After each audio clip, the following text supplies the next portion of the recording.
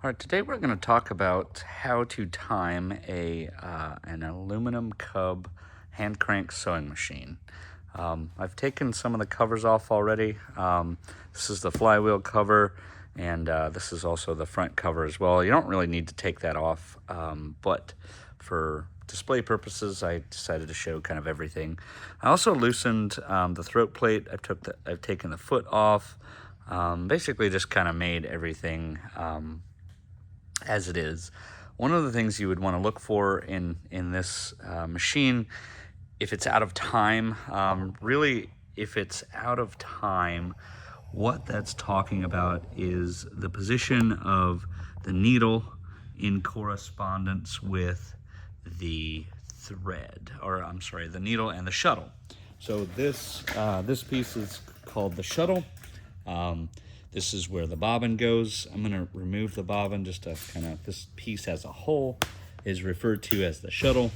On here, you'll notice there's a tip to this shuttle, and where that is most critical is as I'm turning the hand wheel, is timing is really talking about at what point this shuttle tip encounters the needle. Now there's a scarf on the needle that you can read about in your manual, but for the sake of this video here, when the needle is on the upstroke, you will get what will happen is the shuttle will come across that scarf of the needle, and there's a certain position that it needs to be right basically above the eye of the needle as it's coming across. And what this hook does is it carries the top thread around the bobbin, and then on this side it releases it, allowing it to be pulled up. So this is also a critical portion of where it releases the thread. So there's a couple aspects that we're going to look at, and we'll kind of dive into the guts of it. There's also a left and right adjustment, but this is kind of a beginner. The first thing that I'm going to do is remove the shuttle completely.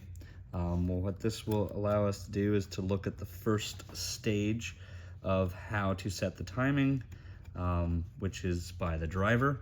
The driver is the main shaft that runs along the bottom of the machine, and then we'll look at how it aligns with the needle as it's coming down.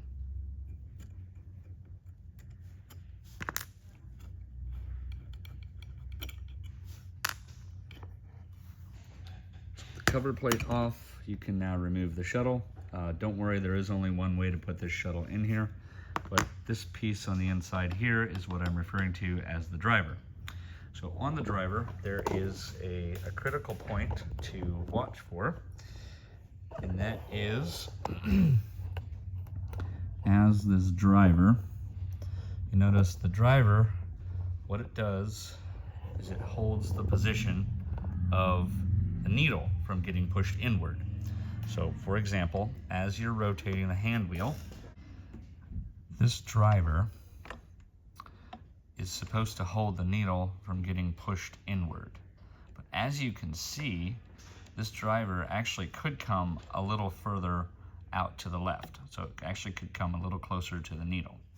So the way to test this is you want, when you rotate the hand wheel and the driver is making contact,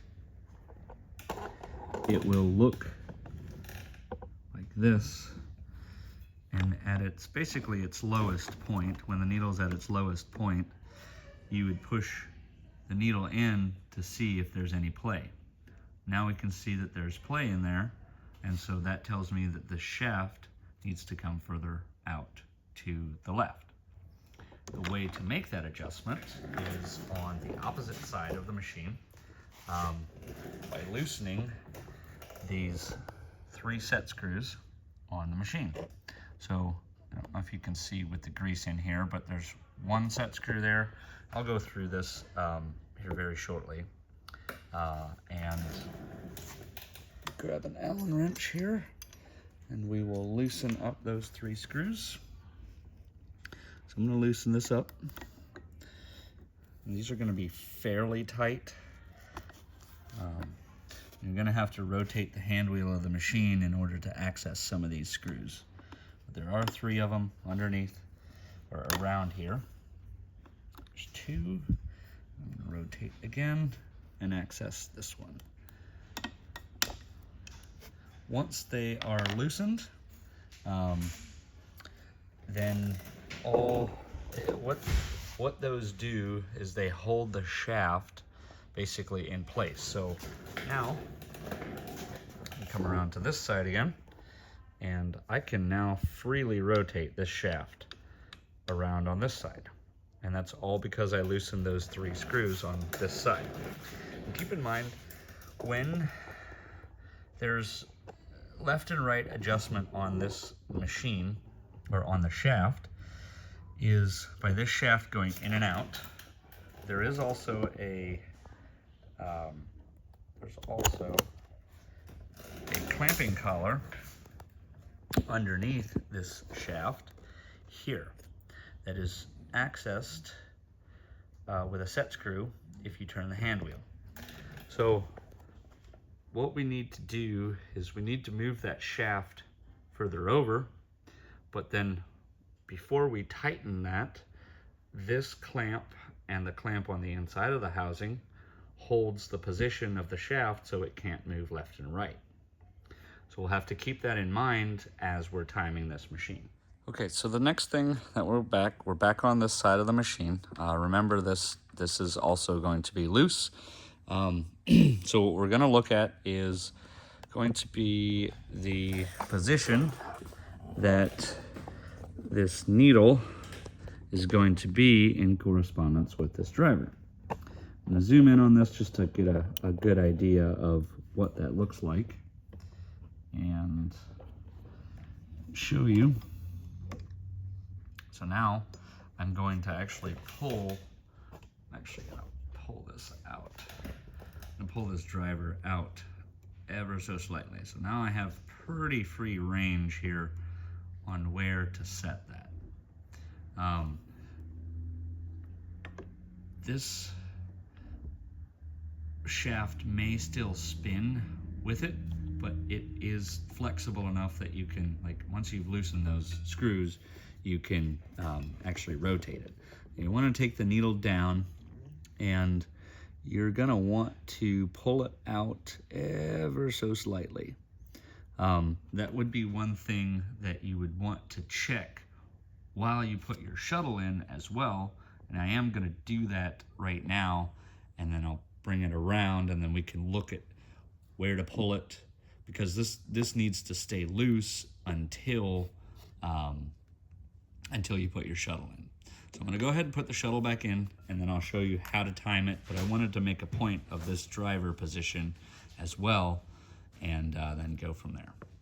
So I'm gonna go ahead and put this back in, put the needle up out of the way, and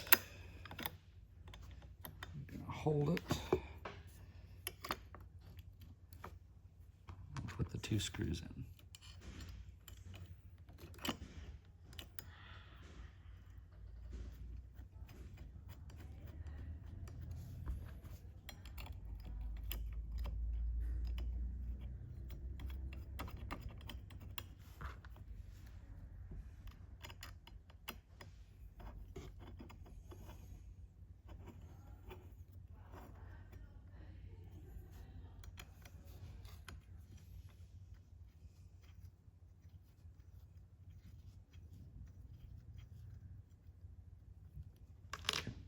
Those are tight, and from here, what I'm gonna look for is I'm gonna rotate the hand wheel around, and I'm gonna force this over, and take the needle to bottom dead center, so to its lowest position, and then I'm gonna pull out on this shaft a little bit, just so I cannot push this in, or if I can, ever so slightly. Pull this out.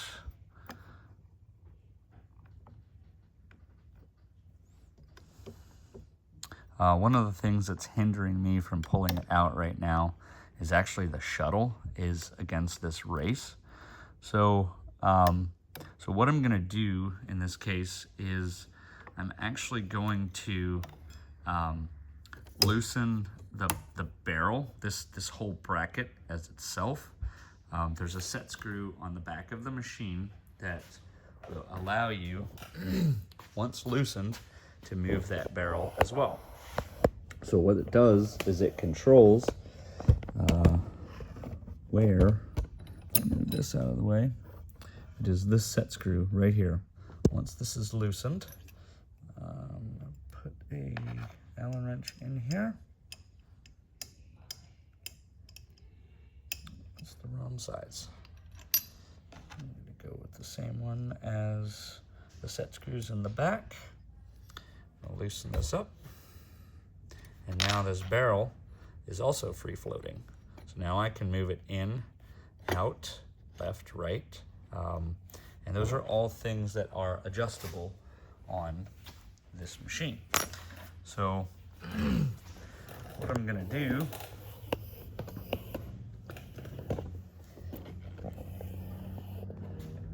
is now I have the ability to move the barrel, and oops, moved it too far. Come down.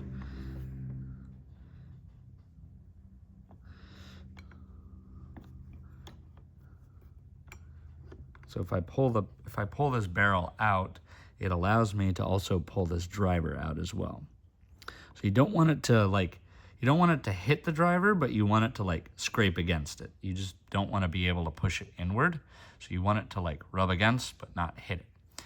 But the critical portion of this is that's at bottom dead center.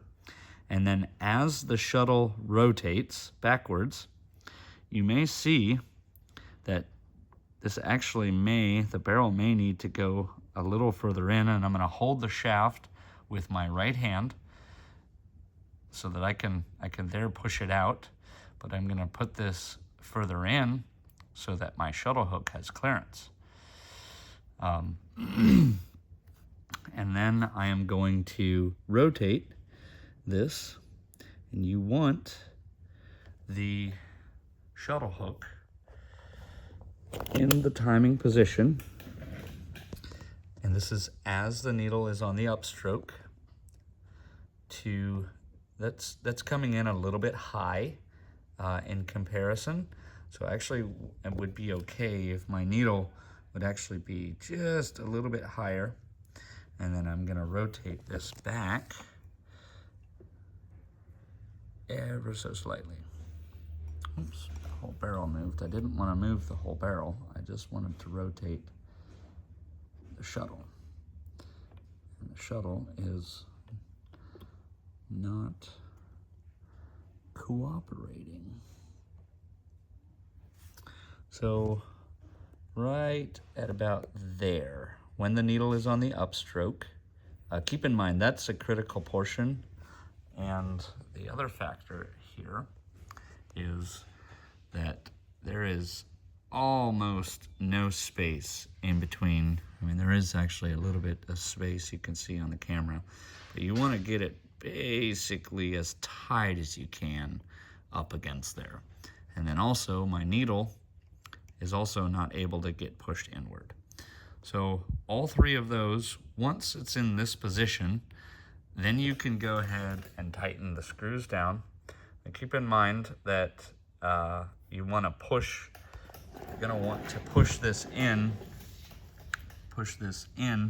but make sure nothing changes on that side. So it's gonna take a little bit of cooperation and a little bit of finesse to get this. Okay, so I'm ready to go on this end. I'm going to make sure this gets pushed in, but then hold back against the driver as well to make sure, see how that slid in? Because I don't want to have that gap in order for the shaft to move left and right. So I'm going to push the shaft in a little bit because it came back, and I'm going to push this in and make sure that everything is right on the shaft end.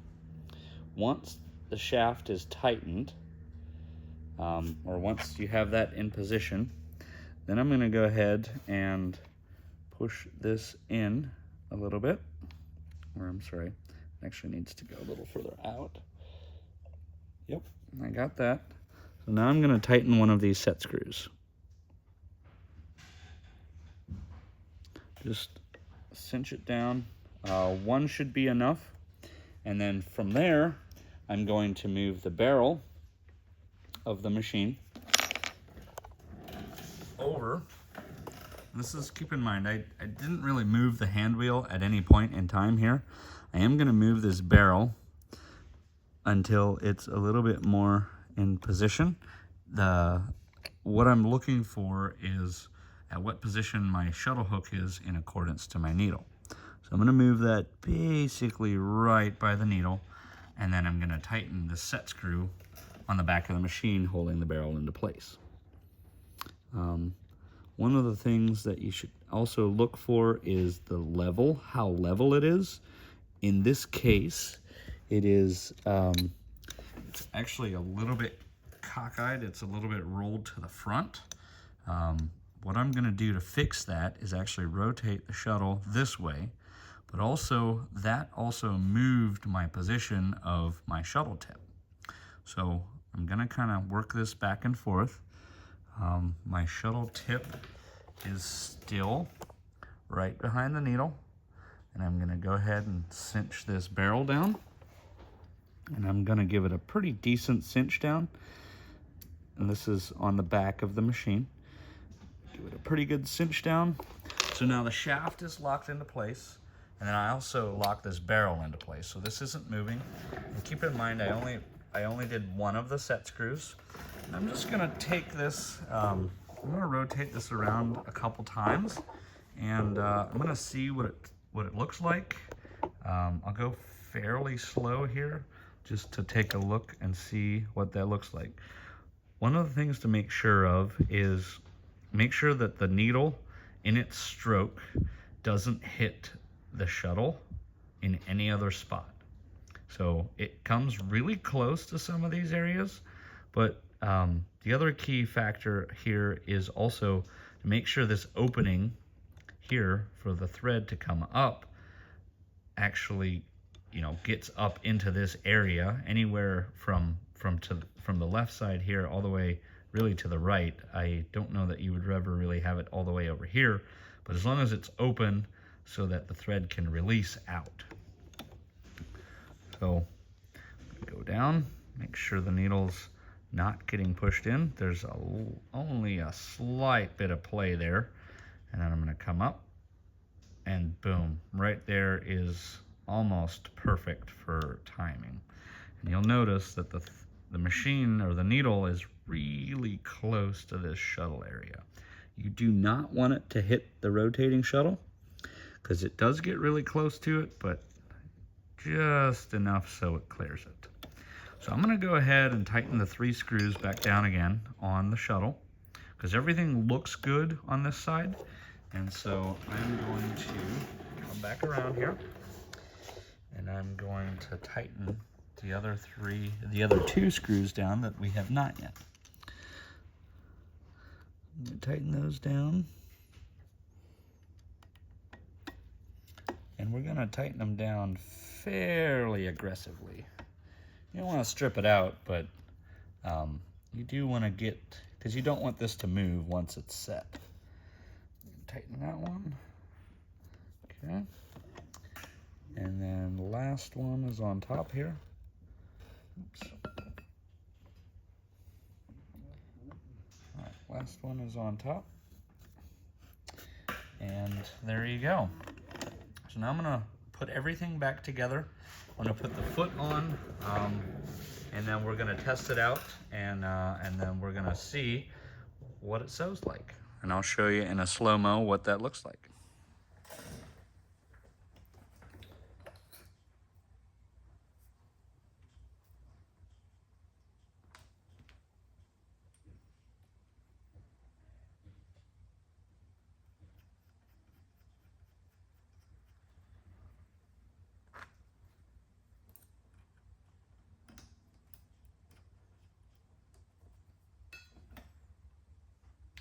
make sure that the needle is going down through the middle of this plate, just to make sure that it doesn't hit anything, and so that it's not getting pushed one way or the other.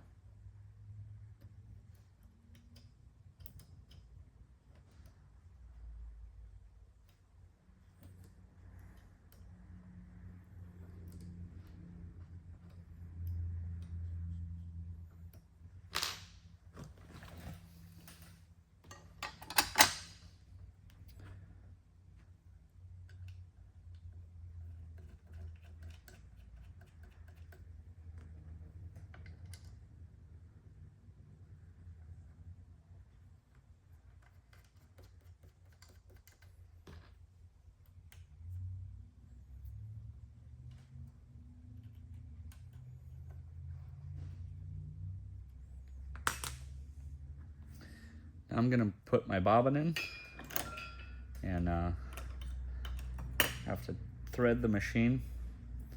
It snaps in, and this comes over, goes into that piece there. Comes over into this plate.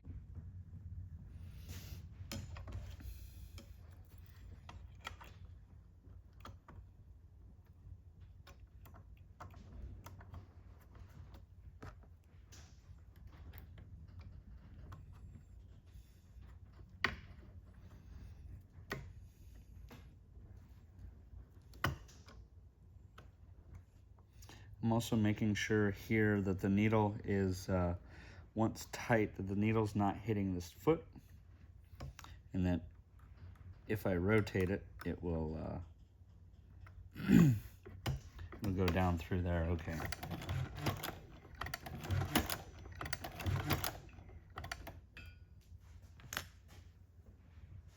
All right, I got my spool of thread here. We're gonna load it up and go through the thread spool, or through the thread stand. And I'm gonna come over through this first little hole here. And then we're gonna go through the tensioner. So in one side, loop it around, and then make sure you give it a nice snug pull so it goes in between the tension discs. And then out the other side. This is supposed to be fairly decently hard to pull. I'm getting a pretty good, snug pull through there. Go around to the faceplate of it. We're gonna go down first. We're gonna go up through the take-up arm.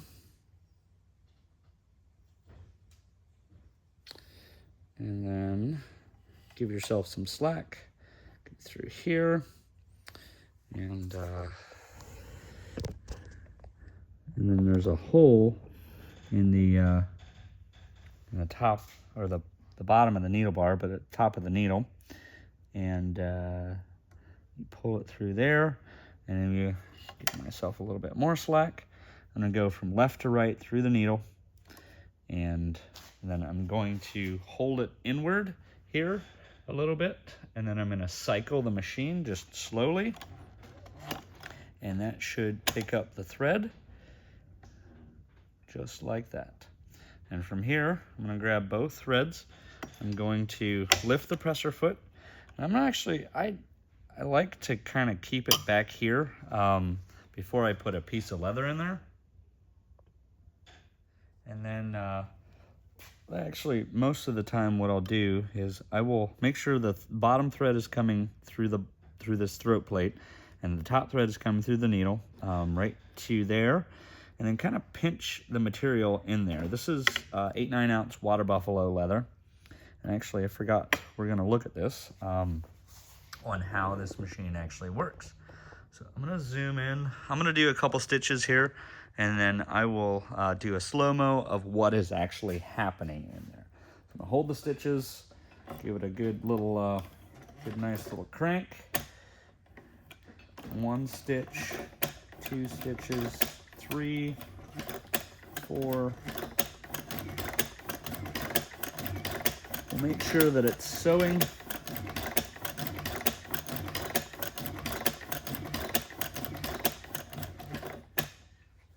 Man, that looks really good. Let me get a close-up of this on what's actually happening with the shuttle here and give you an idea of how this is actually supposed to work. There we go. So the thread gets released up there. That shuttle hook rotates back, and the top thread, as the needle's coming down, you'll notice that it creates a loop. It comes down and it goes up ever so slightly. And that loop is caught by the shuttle hook. That's why it has to be so close to there. On its way up, gets carried around the bobbin and then back up again. Every time that you make a stitch, it catches it and goes up from there.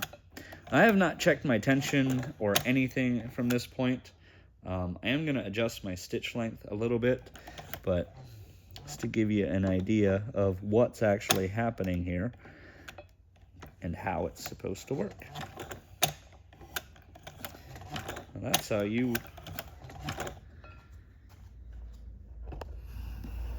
And that would be how you time the Cub sewing machine. Finish my stitch here.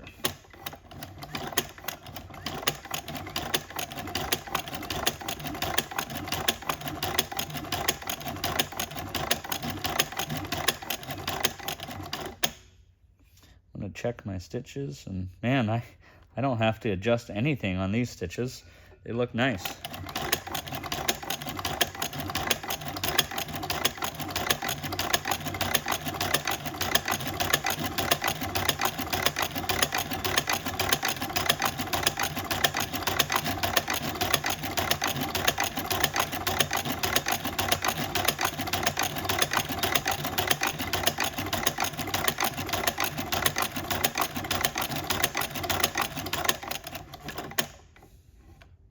Alright, I'm done stitching. My needle's out of my material.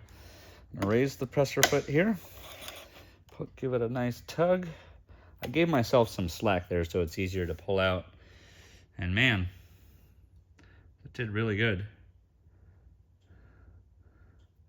This is what the bottom looks like.